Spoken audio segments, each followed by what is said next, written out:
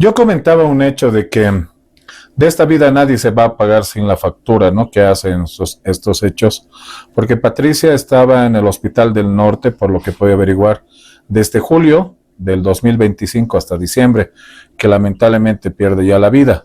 Pero en este caso, en esa temporalidad que ella está ahí, en un cuadro sumamente fuerte médico, sufrió bastante, ¿no? Y en ese caso, creo que en este caso, pese a que la justicia no llegó a ella, se hizo como una justicia divina, se hizo como un tema de pago de karma, porque la justicia terrenal se maneja con la justicia ordinaria. ¿Qué percepción usted vio en el momento que se enteró que mamá Patito había dejado este mundo? A ver, doctor, el momento que hemos hecho el análisis, sabemos nosotros, por más que estemos preparados, porque no es el primer caso que llevamos, tenemos casos bien fregados, pero en este caso ha sido un sui generis porque eran dos bebés patitos. Los únicas víctimas. Uno ve ese hecho, entonces es bien duro, y más aún cuando uno hace el análisis y lastimosamente no puede decir la verdad en ese momento. No podemos decir, no, es la persona, porque a ratos tenemos ese escarnio, ¿no? Por eso siempre empiezo, y también le agradezco, doctor, usted ha empezado toda esta secuela de información diciendo que ha habido en este hecho dos víctimas. Sí. Porque ya damos a entender que uno de ellos está cumpliendo una condena y la otra persona estaba libre, y en nuestro criterio era bien duro ver a una persona que salía en TikTok, se victimizaba y era duro. Entonces cuando el día que uno se entera, bueno, es feo decir, no, qué felicidad, no, pero he sentido también ese alivio, ¿no?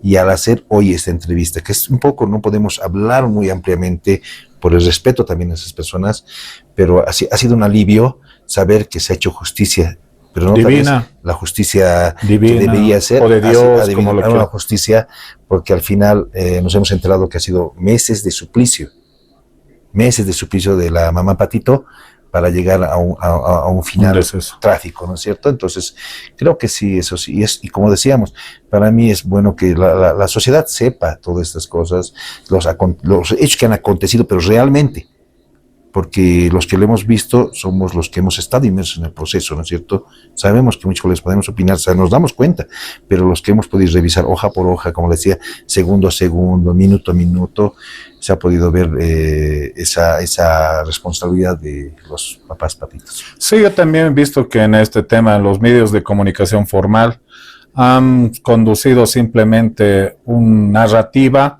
de cómo excomulgarla a la mamá, y en este caso plasmar que eran 3 víctimas cuando no ha sido así. En este hecho hemos visto prensa amarillista donde manejaban hipótesis de involucrar a terceras personas, y en este caso solo tenían nada que ver, o sea, como la familia de la papá Patito, la novia, no, es en este caso, los únicos culpables en este caso de haber consumado este hecho, lamentablemente del 5 de marzo del 2024, son los 2 papás Patitos. ¿Qué quisiera complementar en todo esto, de todo lo que usted ha investigado? Algo que, doctor, lo he pensado y he analizado mucho, y es que si lo que estamos haciendo ahora, su persona, doctor, y mi persona en este momento, quisiera que llegue a los jueces, fiscales, jueces familiares, defensoría, investigadores asignados al caso. Que en este caso no puedo hablar de los investigadores asignados al caso porque he notado que han hecho su labor. Pero después ha habido actos anteriores que ya autoridades conocían de esta problemática de los papás Patitos. Pero ninguna de esas autoridades ha hecho algo para poder precautelar el bienestar de sus niños, su seguridad. No lo han hecho. Entonces, si uno puede pensar que uno lo hace este video para otro fin, no. Este fin yo quisiera que llegue a esas autoridades que realmente hemos estudiado para eso, para poder ver, direccionar algo. Pero si hacemos caso omiso, estas son las consecuencias. 2 inocentes Patitos que ya no están con nosotros. Y en ello recuerdo justamente esta pericia psicológica que la hacen a la mamá Patito en la primera denuncia que hace el papá Patito, donde ahí ya se la veía como antisocial, paranoica, y otros estamentos que lamentablemente en la 348 es asimétrica hacia el hombre, ¿no? Y en este caso, preguntándole en toda su experiencia jurídica, doctor, ¿la 348 debe derogarse? ¿Ampliarla más a que se acerque a la parte de ciencia forense y en este tema de peritos que existen? Para mí debía ampliarse, y justamente hablábamos de lo que ahora está recién saliendo, la metapericia, ¿no es cierto? Sí se había utilizado antes, pero no era tan conocida. Entonces debemos acercarnos más a la ciencia.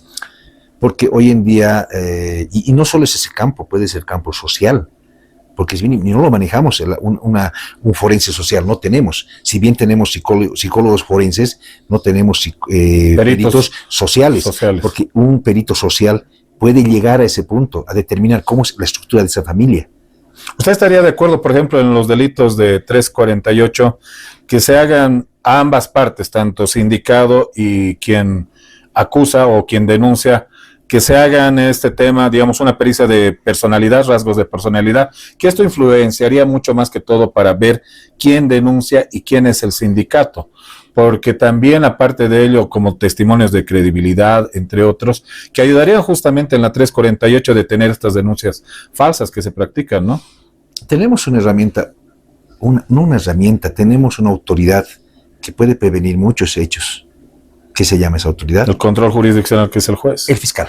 El fiscal, director de la investigación. Para mí, como abogado, doctor, y en mis casos, siempre veo, ¿no? A ratos es cómodo que el juez lo resuelva, pero el filtro es el fiscal, el director funcional de investigación, y tiene apoyo de los investigadores asignados al caso. Pero ahí hay una asimetría. Generalmente los fiscales que maneja la dirección mencionarle, ¿no? Estése al procedimiento, vea la objetividad y pertinencia, o ver el papel de que muchas sentencias constitucionales, en este caso, traban el tema de la investigación y llegar a la verdad, porque mantienen este discurso, el tema de la revictimización. Cuando no existe, digamos, en una certificación que existe un trastorno o una patología psicológica, que podría ser la excepción para no plantear el tema de hacer otras pericias, pero si existiera trastornos o patologías psicológicas. Pero en este caso el papel de revictimización a veces solo se fundamenta en un informe psicológico muy escueto, nada científico, que generalmente es en los SLIM, porque son solo psicólogas que tienen un diplomado, por si acaso, pero no tienen maestría, ninguna especialización en la psicología forense. Por eso, doctor, le decía, en este caso, y hoy en día tenemos la escuela de fiscales, donde sí podemos ver, hay una diferencia de fiscal a otro fiscal. Cuando encuentra usted uno de escuela, es la diferencia. Hay diferencia, pero, como le digo, muchas veces, dicen la carga procesal, pero seremos honestos. ¿Por qué no agarrar un caso, dedicarnos a un caso mediodía, un fiscal, y lo vas a resolver? Porque tienen esa experiencia. Uno, la experiencia de los años, y posteriormente tienen la experiencia de los estudios que ellos tienen. Por eso es tan importante que por eso para mí, lo que usted me decía, su opinión es que los fiscales, para mí, el primer pilar es que ese filtro debe ser tan importante para detectar lo que usted decía, doctor. Si esa persona tiene alguna anomalía en su conducta, y debía ser para ambos correcto, porque ahí podemos demostrar cuánta falsa denuncia hoy en día hay. La mayoría son falsas denuncias. Todo empieza problemas familiares, problemas de vivienda. Esa es la clásica. Es un hilo conductor. Entonces, si ese fiscal se aboca a eso, hace los análisis para ambas personas, ¿cuántos casos nos evitaríamos? ¿Cuántos hechos fatales que suceden nos evitaríamos? Ha ido avanzando, pero sí tiene que irse por el lado científico. Yo en la parte de muchos procesos que he manejado he visto de que de este tema de la puja por el patrimonio, ya sea por declaración de herencia, división y partición, todos acuden a la 348, o en este tema interno de ver estos matrimonios disfuncionales, que para ver de forma de castigar y lo priven de ver a los hijos, o de mantener un tipo de venganza contra el padre que le ha sido infiel o la madre ha sido infiel, recurren a la 348. Y en esta sintonía he visto justamente que la instrumentalización de la 348 ha generado un boom de denuncias falsas. En este caso, ¿cuál sería su mensaje fundamental a estos administradores de justicia, donde también existen las competencias de la fiscalía y jueces, el poder proponer alguna derogación, alguna modificación en esta ley tan controvertida, que ya hoy en día debería actualizarse más que todo para la ciencia? ¿Cuál sería su mensaje para los administradores de justicia? ¿Sabe, doctor? como les mencionaba rato, la Escuela de Fiscales.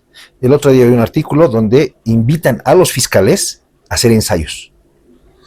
Ya, entonces, en esos ensayos, mire, ¿cuántos fiscales tenemos? Son, cada vez, si no me equivoco, ayer han vuelto a posicionar nuevos fiscales. Entonces, esos ensayos nos servirían, como usted dice, doctor, en su experiencia, porque ellos están en situ, están en el lugar. Ellos debían empezar a hacer unos ensayos y hacer, ¿no? Porque ellos saben qué cosas podría modificar, qué cosas podría hacer que esas denuncias falsas que tenemos hoy día, que está abundando, como usted decía, por el patrimonio, por cualquier hecho, pero siempre es familiar, habitualmente, hagan que esas autoridades, como siempre, a mí digo, siempre decir, el filtro es el Ministerio Público, porque el juez que controla muchas veces también tiene unas cargas, tiene audiencias cautelares, es recargado su labor, pero el fiscal debía empezar como le digo eso, a poner un poquito más de ese lado humano que tenemos que tener todos, y también que los colegas se concienticen, ¿no? Porque ganamos unos centavos más por aceptar una denuncia falsa, o direccionamos. Me incluyo, porque no quiero que me digan después, él se ha hecho a un ladito, ¿no? Pero no lo hago. A mí me gusta tratar de ir, y que en un caso no se vuelva 10, porque una denuncia se vuelve 10 denuncias, lastimosamente, porque entre todos se denuncia. Entonces, esa parte tenemos que controlar, tanto los abogados, los fiscales, los jueces, ¿no? Sí, le quedo muy agradecido, doctor. Si no tiene algo más que, en este caso, argumentar. La parte sí principal que quiere argumentar en este aspecto es bien principal. En este caso, si se ha vertido algunos comentarios, es para que la sociedad sepa y la sociedad se entere que muchas veces ocurren estos hechos que nunca se llegan a saber. En este caso particular hay dos responsables. No se está queriendo defender a uno. Se ha dicho la verdad de lo que ha ocurrido ese día. Cosas que no se han podido tal vez, porque el señor Tesano ha sido un abreviado, ha habido muchos conflictos, como usted decía, la prensa amarillista, lastimosamente, que ha empezado a dar otras cabidas, no han permitido que este caso llegue al final a esclarecerse. Y con un hecho muy lamentable, el suceso de la mamá Patito, entonces ya es como que se cerraría la historia.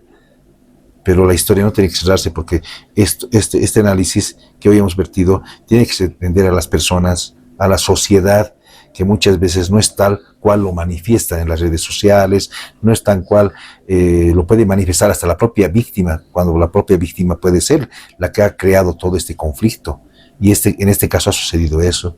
Hay un culpable, otra culpable, uno está penando, va hasta 30 años recluido, la otra está ya, sabe Dios dónde estará. Espero que siempre Dios ha hecho una justicia divina. Y bueno, doctor, agradecido con su entrevista. Quería sacarme esa espinita del corazón, porque es bien duro haber hecho ese análisis, lagrimear en medio de ver una y 10 veces, justo ahora verla nuevamente para poder dar este mensaje, este análisis que se ha realizado, que es bien duro. Entonces voy a salir de aquí más tranquilo, y sabiendo que muchas personas van a saber realmente cómo ha acontecido todo este proceso.